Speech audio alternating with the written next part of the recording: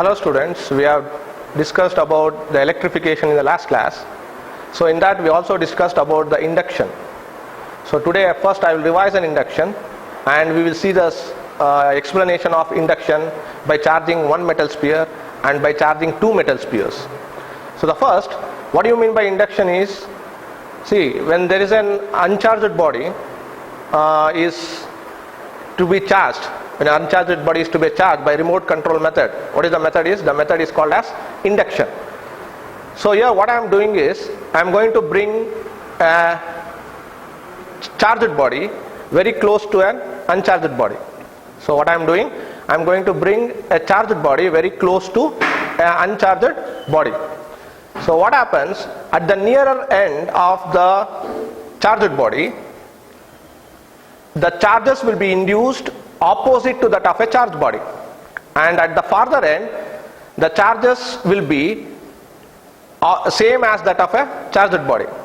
For example, if I have, this is a charged body, sorry, this is an uncharged body and this is a charged body. So if I am bringing here, so what happens, so this will get charged by method of induction.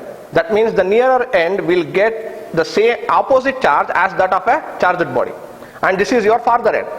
So this end you get a charge same that as that of a charged body. For example, if this body is positively charged, this end will acquire a negative charge and this end will acquire a positive charge. So this process of charging a body is called as induction. So now we will see how this induction can be explained by charging a metal sphere by induction and charging two metal spheres by induction. So in the beginning, in the first method, what I am doing is I am going to take a single metal sphere and I am going to explain an induction. In the second experiment, so what I am going to do here is I am going to take two metal spheres and I am going to explain how the induction takes place. So let's move on to the first one, the charging a metal sphere by induction. So here it is. So I have taken an uncharged body here. This is an uncharged body. So I hope you can see here. This is an uncharged body, and I am bringing a charged body which is negatively charged. I am bringing a negatively charged body very near to the uncharged body. So what will happen according to the induction? The nearer end will acquire the opposite charge as that of a charged body. Here you can see there is a negative charge, so nearer end will acquire positive charge. So this is your farther end. The farther end will acquire what? It acquires the same charge as that of a charged body. That means this end will get negatively charged. So now, in the next step, what I am going to do here is I am going to ground this metal sphere. If I ground this metal sphere, what happens? The negative charge, what is present here, will flow to the ground. Only positive charge will remain here, because due to the force of attraction between the negative and positive charge, you know that unlike charges will attract. So this is negatively charged and this is positively charged. This negatively charged holds this positive charge here. Next, if I remove this charged body, so if I remove this ground here, what happens? Now this positively charged will spread uniformly on the sphere. I hope you understand. I will repeat once again. So what I am doing in this charging a metal sphere by induction is I am taking an uncharged body and I am bringing a negatively charged body very close to a uncharged body. So what happens according to the definition of induction, or the process of charging a body by induction, what happens there is, if I bring this negative charge very close to this body, the nearer end will get positive charge, that means opposite to that of this charged body, and the farther end will acquire the same charge as that of a charged body. That means this end will be negatively charged. So next step, what I am doing here, I am grounding the metal sphere. If I ground, the electrons here present here will flow to the ground. So means only positive charge will remain in the nearer end. So why it remains? Because there will be a force of attraction between this negative and positive charge. Now if I remove this charged body and the ground, so what happens here? the positive charge, now it is free to move, so it will spread uniformly on the sphere as shown here. Now you get a doubt, sir, if this side, if it is positive charge, what happens? So I will explain here.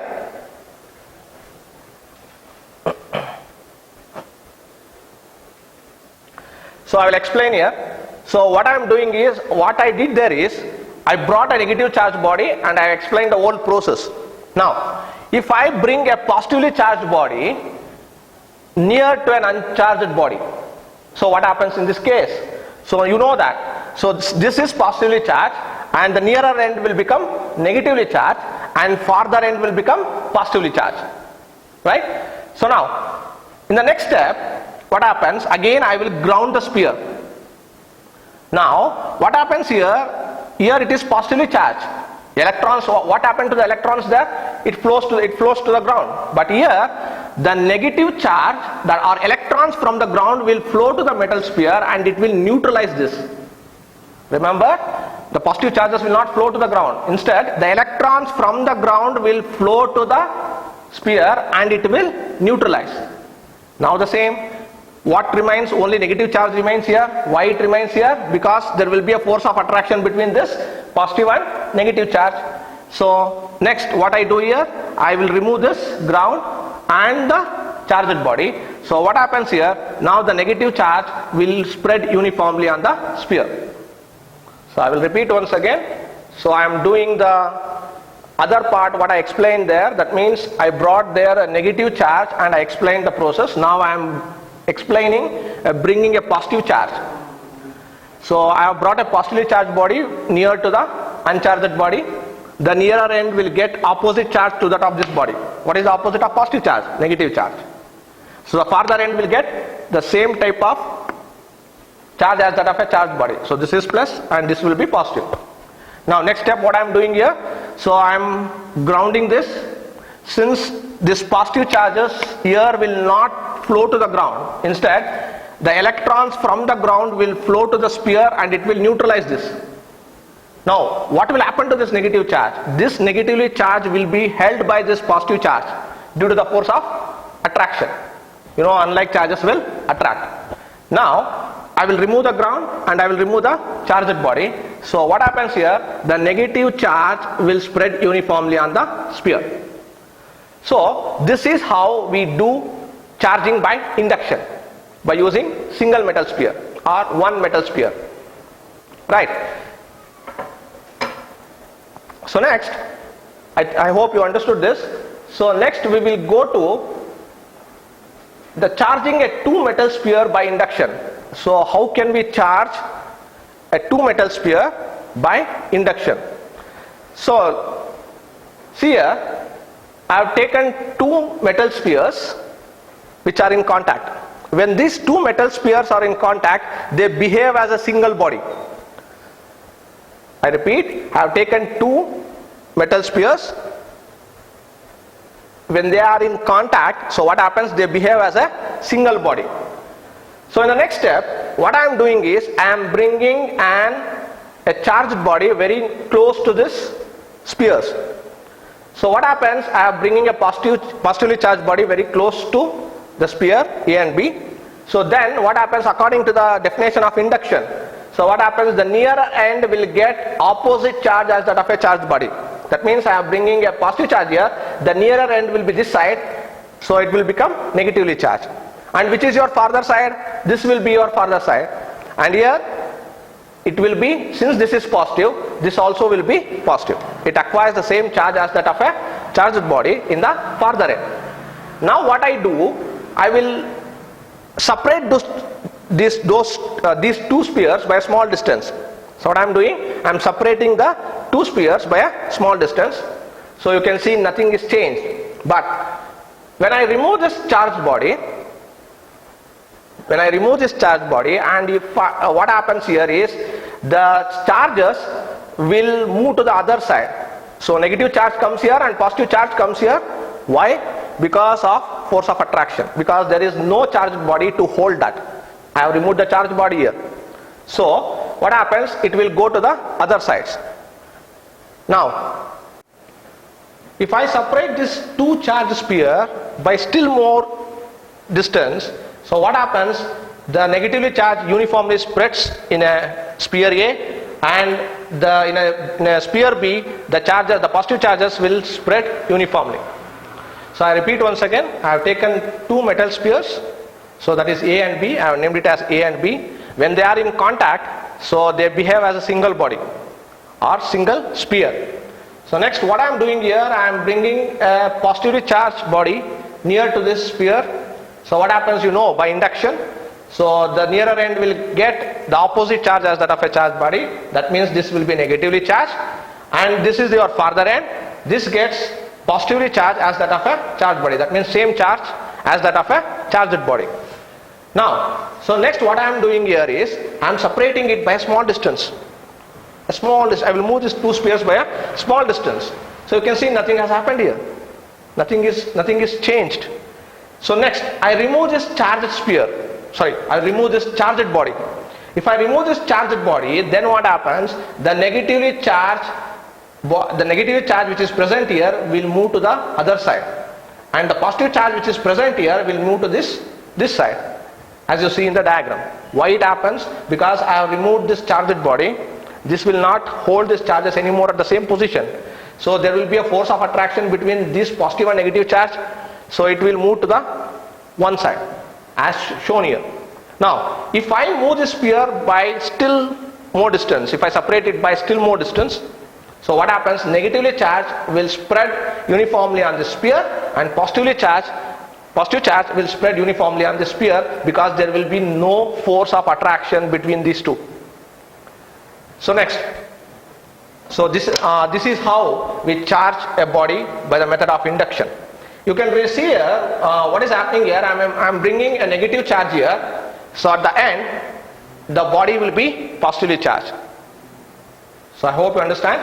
I am bringing a negative charge. The process will occur, everything. So at the end, what happens? It will be positively charged. That means if I bring negative charge, it will be positively charged. So this is induction. So next, so we have a very important thing we have to know about the charges, that is properties of charges. So we will study the properties of charges one by one. So we know that there are two types of charges. What are they? One is positive charge and another is negative charge. Now, what is the first property of the charge? We know that the like charges will repel and unlike charges attract each other. That means if it is positive and positive, it will repel, or if it is negative and negative, again it will repel. But if it is a positive charge and one is a negative charge, so what happens? There will be a force of attraction. So the property is the like charges will repel and unlike charges will attract. And the next one, the electric charged bodies, that means the charged bodies are not affected by its motion. So it is what happens here, it does not have a speed. So if I move a charge, so nothing is going to happen to a charge. That means there will be no increase in charge magnitude or decrease in a charge magnitude. It will remain same. So what is the second one? So the charges are unaffected by its motion. And going to the third one, this charge is a scalar quantity. That means it has only magnitude but not a direction. So I repeat, so electric charge is a scalar quantity. So it does not, that means what do you mean by scalar quantity? It has only magnitude but not a direction. So next property, so what we have is the additivity of charges or additive nature of a charge. So now what I am going to discuss is the basics properties of the charge. In the exam, if they ask write the basic properties of charges, we cannot write this. So there are three important properties that we call it as a fundamental properties or a basic properties. Among them, there is a first one, so what we call it as additivity of charges or additive nature of a charge. For example, in a system, if there are n number of charges, for example in a system we have n number of charges, so what will be the total charge? So how to know the total charge? Simple, the total charge will be equal to the algebraic sum of the charges that is present in the system. So that is the additive nature. So I repeat, if there are n number of charges in a system, So I want to know what is the total charge. So what I have to do? So just I have to add. So what is the property is called? That property is called as additive. So if in a system there are n number of charges, say Q1, Q2, Q3, so on up to Qn. So what will be the total charge? According to the additive nature, the total charge will be equal to the algebraic sum of the charges that is present in a system.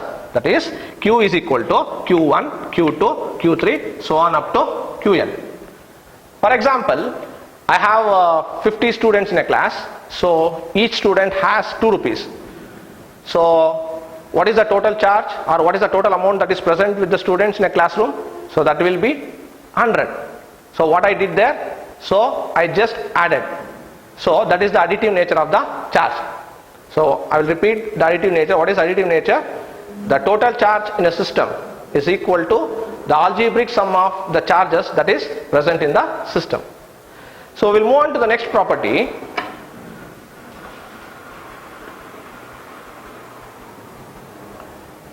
The conservation of charges. What is this conservation of a charges is? In an isolated system, the total charge remains constant. What is conservation of charge? In an isolated system, the total charge remains constant. What do you mean by isolated system? For example, I have a classroom here. There are students. So there will be no interaction. There may be an interaction between the students in this particular classroom, but these students cannot interact with the other class students. So that is isolation. Then I can say this classroom is an isolated. So what is isolation? For example, if I have a system, if I have 2 or 3 charges in that, so there will be an interaction between that 2 or 3 charges inside that inside the body. But this isolated body cannot interact with the other bodies. That means the charge present in the isolated body cannot interact with the other body. So that is isolation. So what is the conservation of charge says? In an isolated system, the total charge remains constant. Now you can quote it in another way. So here we cannot create a charge or destroy a charge. So charges can be moved from one body to another body. So as we know that the energy neither be created nor be destroyed, the charges also neither be created nor be destroyed. For example, in a space, say the space, it gets a positive charge. Simultaneously there will be an induce of negative charge. So that will cancel out. So we cannot create a charge, or we cannot destroy also. For example, in a system, if I have a charge, I cannot destroy it. It will become zero. For example, say I have a negative charge in a system, I cannot destroy that. So it can be destroyed only when it is having an interaction with the positive charge. So this you have to remember. Now, what is the examples for conservation of charge? There are many examples. I will quote some of the examples like here. So in a radioactive decay, the proton will decay into positron and a neutron. What is this positron? It is an anti-electron. So it is having a charge of plus E. So the proton will decay into a positron and a neutron. So neutron has no charge, so positron has plus E, and the proton is having a plus E, so it is conserved. Before decay it was plus E, and after decay it is plus E. The next one, the same thing, the neutron will decay into electron and a proton. So neutron has no charge. What is the charge of neutron here? 0. And neutron decays into electron and proton. So after decaying, so electron has a charge of minus q or minus 1, and proton has a charge of plus 1. So plus 1e, and this is having a charge of minus 1, minus e. So plus e and minus e will get cancelled. So what is the net charge here? 0. So before it was 0, and after that it will be 0. If you take, for example, another example of radioactivity, here you can see uranium 238 and 92. What is this 92? It is an atomic number, and this is a mass number. So atomic number tells so how many number of protons are present. We are considering only the number of proton here, not an electron. So uranium has how many protons here? 92 protons. Now when uranium 238, when it undergoes a radioactive decay, alpha decay I should say, then what happens? It will become a thorium 234 and the atomic number will be 90. It will give a helium nucleus. So helium is He24. You can see here 90 plus 2 is 92. So how many number of protons are present in this? 92. So before the decay, how much it was? It was 92. So here what is conserved now? Now the protons are conserved. That means that the proton is also a charge. The charges is conserved. So these are the examples of the conservation of charges. So I repeat, what is conservation of a charge? In an isolated system, the total charge remains constant. In an isolated system, what happens? The total charge remains constant. So now there are some examples. The one example is during a decay, the proton decays into what? The positron and a neutron. And a neutron will decays into electron and proton. Neutron has no charge, 0, and electron as it is minus E and proton as plus E. So therefore what happens? Net charges here is 0. Plus E and minus E will get cancelled, it will be 0. And before it is 0. Before the reaction. So the charges are conserved. So I have taken another example of uranium 238 and the atomic number 92. This tells me 92 tells that how many number of protons are present. So in uranium 238 there are 92 protons are present here. So when this undergoes alpha decay, we will say it is alpha decay. What happens when any radioactive element undergoes alpha decay? Its mass number will be reduced by 4 and atomic number will be reduced by 2.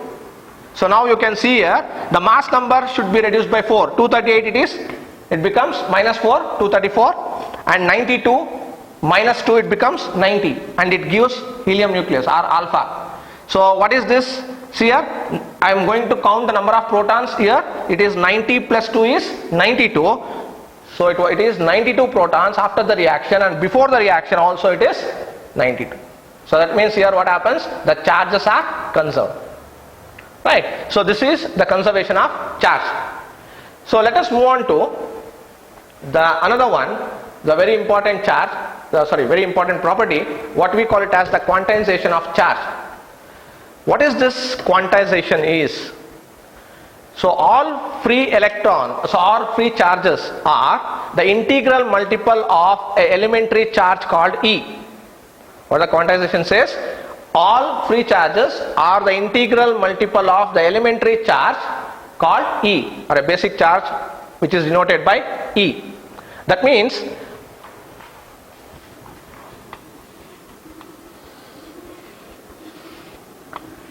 I have a body here. So what I can do is I will give a charge to this. I will give a charge of 1E, and I can give a charge of 2E.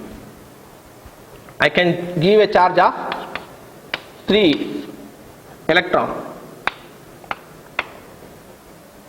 Right. So what will be the total charge now? So it is Q will be equal to it is minus 1E minus 2E minus 3E.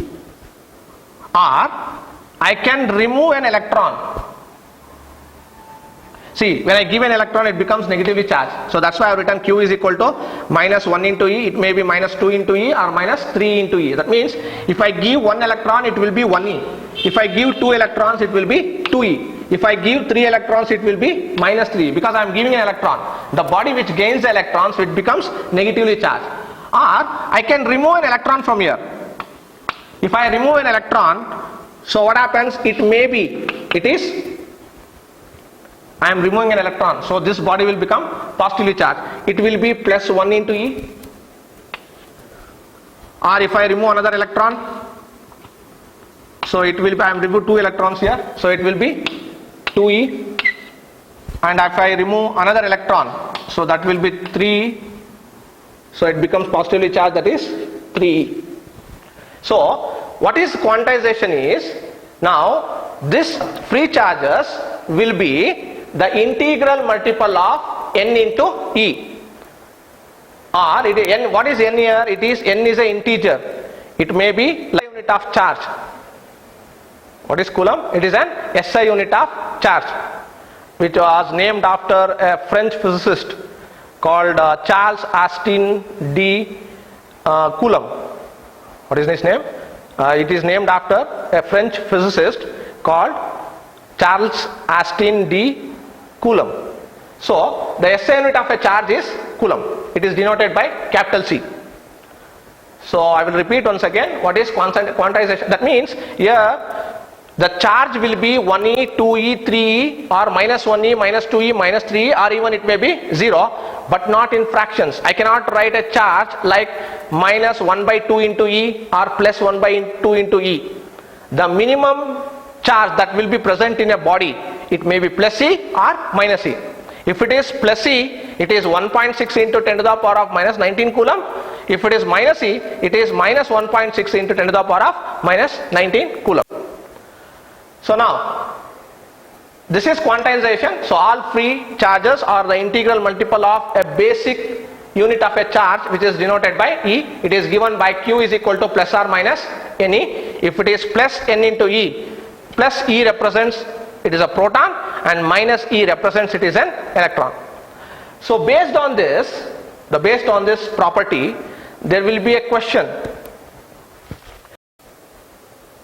So based on the quantization of a charge, there will be a question. We know that the quantization is given by Q is equal to plus or minus NE. Now they will ask you a question like this: how many number of electrons are present in 1 Coulomb? So what is the question here? How many number of electrons are present in 1 Coulomb? So I know that Q is equal to N into E. What they have given? They have given Q is equal to 1 Coulomb, and I know the value of E. E, what is the value of E? It is 1.6 into 10 to the power of minus 19 Coulomb. Now I will substitute here. So I will rearrange this first. So I will cross multiply this E here. So N is equal to Q divided by E. So what they have asked, to find out the number of electrons that is present in 1 Coulomb. So what happens? What is Q? It is 1 Coulomb. What is E? It is 1.6 into 10 to the power of minus 19 Coulomb. So net, what is the number of electrons that is present? So N is equal to 0.625 into, if this minus 19 goes to the numerator, it becomes plus 19. So the number of electrons will be N is equal to 0.625 into 10 to the power of 19 number of electrons will be present in 1 Coulomb. Right? And also remember, they will ask you what is the minimum charge that may be present in a body. What is the minimum charge that can be present in a body? It is 1.6 into 10 to the power of minus 19 Coulomb. So what is that? So 1.6 into 10 to the power of minus 19 Coulomb.